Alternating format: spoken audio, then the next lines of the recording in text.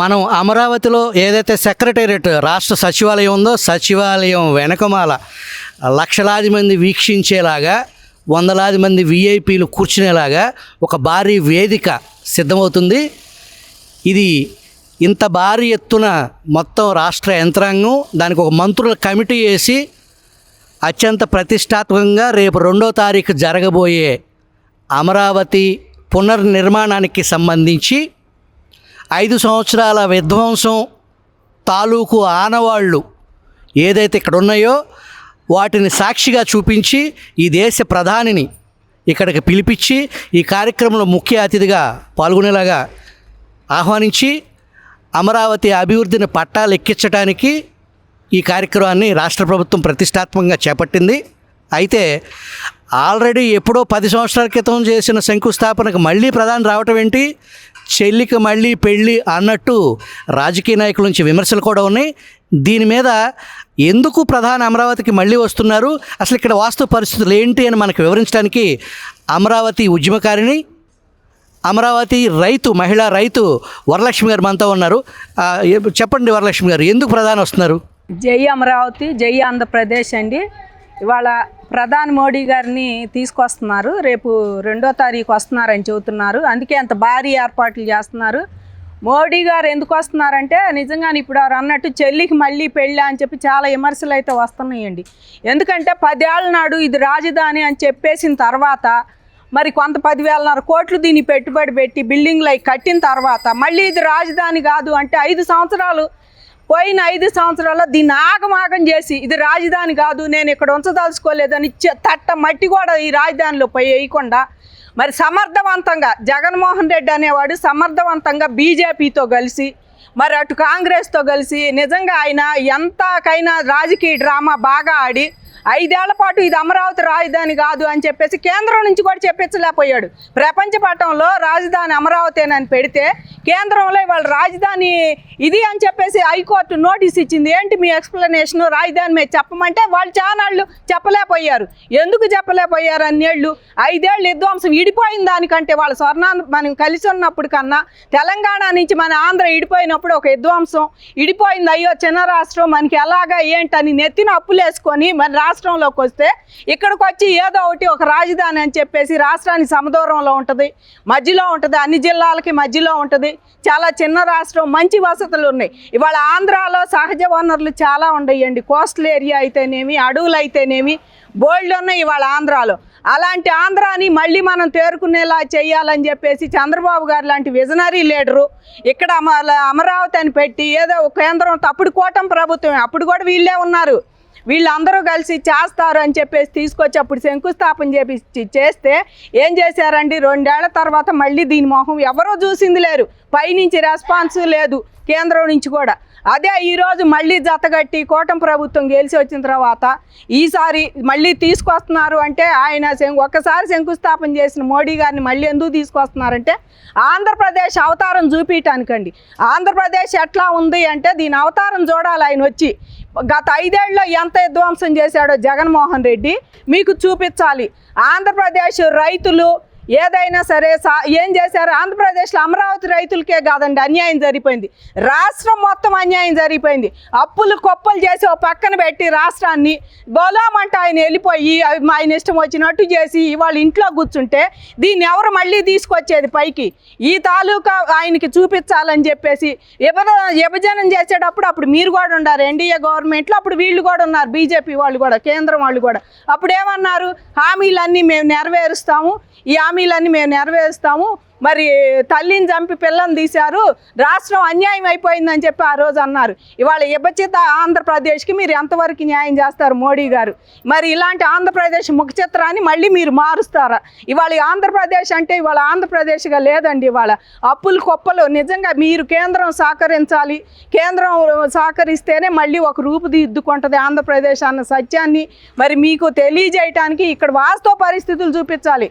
ఒక ముఖ్యమంత్రి మామూలుగా ప్రధానమంత్రి తీసుకొస్తున్నాడంటే ఏదో ఆషామాషి కాదు, అది మిమ్మల్ని తీసుకొచ్చి ఇక్కడ ఆంధ్రప్రదేశ్ ఎట్లా ఉంది ఏంటని చూపించడానికి తీసుకొస్తున్నారు. దీని ముఖ చిత్రాన్ని మార్చే బాధ్యత మీది. ఢిల్లీ తలదన్నే రాయిదాన్ని నేను తీసుకొస్తాను. 2015లో ఆంధ్రప్రదేశ్ మాట ఇచ్చారు మీరు, ఎక్కువ ఇస్తాను, నేను అన్ని హామీలు నెరవేరుస్తాను, ఢిల్లీనే తలదన్నే రాయిదాన్ని మీకు ఇస్తాను. 34,000 ఎకరాలు వెరసి గవర్నమెంట్ భూమితో 50,000 ఎకరాలు, ఇవాళ 54,000 ఎకరాలు మీ చేతికి అప్పచెప్పాం. పూలింగ్లో ఎంతో సంతోషంగా బాగా చేస్తారు, భూమి చాలా ఉంది, అయినా చేయగలరు. అది పూలింగ్లో పైసా ఇవ్వకుండా రైతులకి ఆయన శ్రమపడి ఎలాగోలా ముఖ్యమంత్రి తీసుకుంటే ఏం చేశారండి? ఇక్కడ సాధించింది ఏమీ లేదు. పైపెచ్చి ఇక్కడ అమరావతి ఉండదు, ఇక్కడ అసలు ఉండటానికే వీల్లేదని చెప్పి జగన్మోహన్ రెడ్డి గారు వెళ్ళారు. ఆయన వాళ్ళు ఎలా ఉన్నాడంటే ఏటితో అయినా జతగడతాడండి. ఏ రాజకీయం ఆయన చెయ్యాలంటే నిజంగా వయసుకి మించి ఆయనకు అతి తెలివితేటలు జగన్మోహన్ రెడ్డికి. బీజేపీతోనూ బాగుండాలి, కాంగ్రెస్తోనూ బాగుండాలి. ఇవాళ మళ్ళీ ఆయన ఏం చేస్తాడు? ఇప్పుడు ఆయనకి సహచరులు కూడా విజయసాయి రెడ్డి లాంటాడు, సజ్జల రామకృష్ణ రెడ్డి లాంటాడు, ఆయనకి పెట్టని కంచుగోళ్ళు. వీళ్ళందరినీ బేస్ చేసుకొని ఆయన ఆంధ్రప్రదేశ్ నాశనం చేసి విశాఖపట్నం నేను ఆంధ్రప్రదేశ్ పెడతాను, పరిపాలనా రాజధాని పెడతాను, ఇక్కడ కాదు కర్నూలు ఆ రాజధాని పెడతాను, సుప్రీంకోర్టుకి వెళ్ళి మళ్ళీ కర్నూలు రాజధాని కాదు అది డ్రాప్ అయిపోతాను, నేను పరిపాలనా రాజధాని విశాఖపట్నం, శాసన రాజధాని అమరావతి పెట్టండి అని చెప్పేసి అక్కడ డ్రామా అక్కడ ఆడి ఆయన లాయర్ల చేత ఆయన ఇష్టం వచ్చినట్టు చేశాడండి. ఇవాళ మీకు ఒకటే ప్రశ్న జగన్మోహన్ రెడ్డి గారు, ఇవాళ మీరు ఇక్కడ అమరావతి ఇప్పుడు కూడా ప్రజెంట్ మేము ఇంకా 3 రాజధానులకే ఉండాము, మేము అక్కడే పరిపాలనా రాజధాని పెడతాము. ప్రజెంట్ మీతో పాటు బొత్స సత్యనారాయణ గారు కూడా ఎమ్మెల్సీ కూడా అంటున్నారు. ఇవాళ మీకు మోడీ గారిని మీకు రావద్దు, మీరు రాబాకండి, ఇది అమరావతి రాజధాని చెయ్యొద్దండి, మళ్ళీ నేను వస్తా 30 ఏళ్ళు మాకు చెబుతున్నావు కదా రోజు కథలు, కళ్ళు మూసుకొని కళ్ళు తెరవండి, 30 ఏళ్ళు మనమే ఉంటాము, 5 ఏళ్ళు గడిచిపోద్దని. అదే కథ మోడీ గారికి చెప్పండి, మీరు రాబాకండి, మీకు నిజంగా దమ్ముంటే రాబాకండి మోడీ గారు, అమరావతి నేను చేయదలుచుకోలేదు అందుకే ఇట్లా చేశాను, వీళ్ళందరూ నాశనం అయిపోయినా సరే నేను అక్కడ పరిపాలనా రాజధాని విశాఖపట్నంలో పెడతా, మీరు రాబాకండి అని మోడీని అనే దమ్ము ఉందా జగన్మోహన్ రెడ్డి గారికి? ఇలాంటివన్నీ బేస్ చేసుకొని ఇవాళ మోడీ గారిని పిలుస్తున్నారు అంటే ఇవాళ నిజంగా రైతులు కానీ ఆంధ్రప్రదేశ్కు భూములు ఇచ్చిన రైతులు కానీ రాష్ట్ర ప్రజలుగా నిజంగా బోరుమంటున్నారండి. ఇవాళ ఆయన చెప్తాడు కదా మా 40% ఓట్లు ఉండయని. నిన్న అక్కడ జరిగిన కార్గిల్లో పెహల్గాంలో జరిగింది, జమ్మూ కాశ్మీర్లో జరిగింది టెర్రరిస్టుల దాడిలో నిన్న కొవ్వొత్తులు వెలిగిస్తే కనీసం ఇంటి నుంచి మొహం బయట పెట్టలా, నీ ఇంటి ముందు నుంచే పోయారు అందరూ. వాళ్ళకి నీ ఇంటి ముందు నుంచి పోయినా నువ్వు పలకరించేద్దాము నీకు లేదు, పలకరించావా? మరి పవన్ కళ్యాణ్ గారు వెళ్ళారు, లోకేష్ గారు వెళ్ళారు, మరి చంద్రబాబు గారు వెళ్ళారు, కనీసం నువ్వు బాధ్యత ఉందా? నీకు ప్రతిపక్ష హోదా కావాలని కోర్టుకి ఎక్కుతా, ప్రతిపక్ష హోదా కావాలని స్పీకర్ని తిడతావా, ప్రతిపక్ష హోదా కావాలని ముఖ్యమంత్రిని తిడతావు, ఏది నీ ప్రతిపక్ష హోదా? ఉన్న 40% ఓట్లకు నువ్వేం న్యాయం చేస్తున్నావు?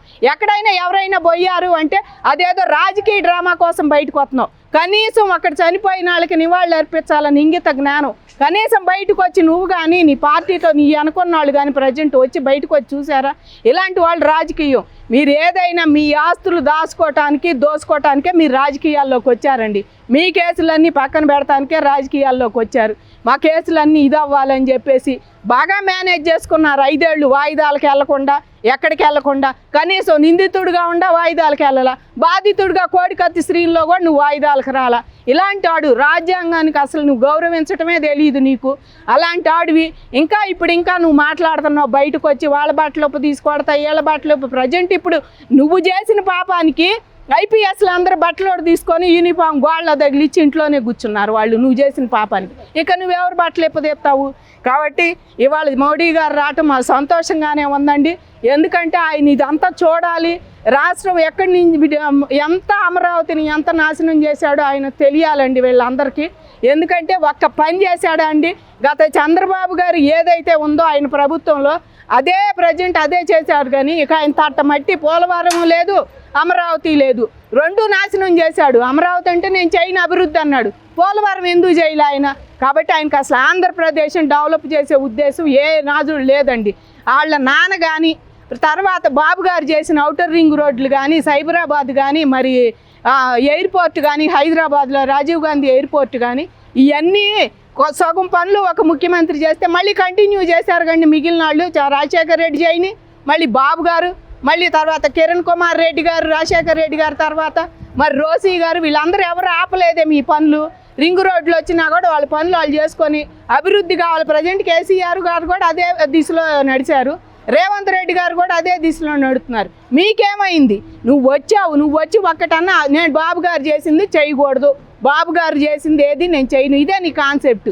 కాబట్టి రాష్ట్ర ప్రజలు ఏమన్నా అయిపోని నా కేసుల కోసం నేను ముందుండాలి, వాటి కోసమే నేను ఉండాను. నువ్వు ఢిల్లీ 100 సార్లు తిరిగావు 5 ఏళ్లలో, ఏనాడన్నా ఒక రోజన్నా వచ్చి నేను పలానా దానికి వెళ్ళానని ప్రెస్ మీట్ పెట్టావు అక్కడ కానీ ఇక్కడ కానీ.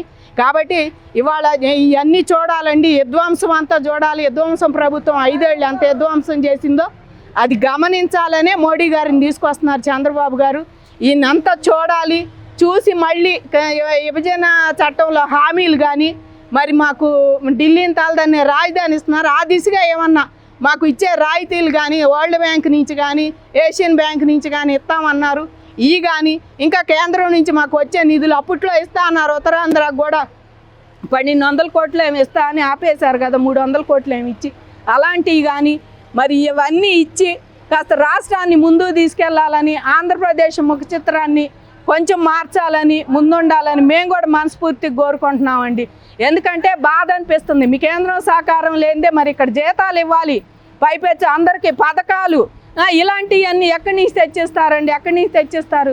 కాబట్టి కేంద్రం సహకరించాలి, మోడీ గారు కూడా మా ఆవేదనను అర్థం చేసుకోవాలండి. ఇక్కడ ఈ రకంగా బాధలు పడి 5 ఏళ్ళు ఇప్పుడే కొంచెం తేరుకుంటున్నారు రైతులు. అలాంటిది ఆ రాష్ట్రం కూడా కొంచెం ఊపిరి పీల్చుకుంది జగన్మోహన్ రెడ్డి గారు పోయిన తర్వాత. ఎందుకంటే ఆయన చేసిన విధ్వంసానికి ఎవరూ ఇష్టపడలేదండి. కాబట్టి 11 సీట్లు పరిమితం అయ్యాడు. గమనించి వాళ్ళ ప్రతి వాళ్ళు అంటారు రాష్ట్రంలో అమరావతి రాజధాని అన్న వాళ్ళకి 164 సీట్లు వచ్చినాయి, పరిపాలనా రాజధాని విశాఖపట్నంలో పెడతా ఇది కాదు అన్న వాళ్ళకి 11 సీట్లు పరిమితం చేశారు.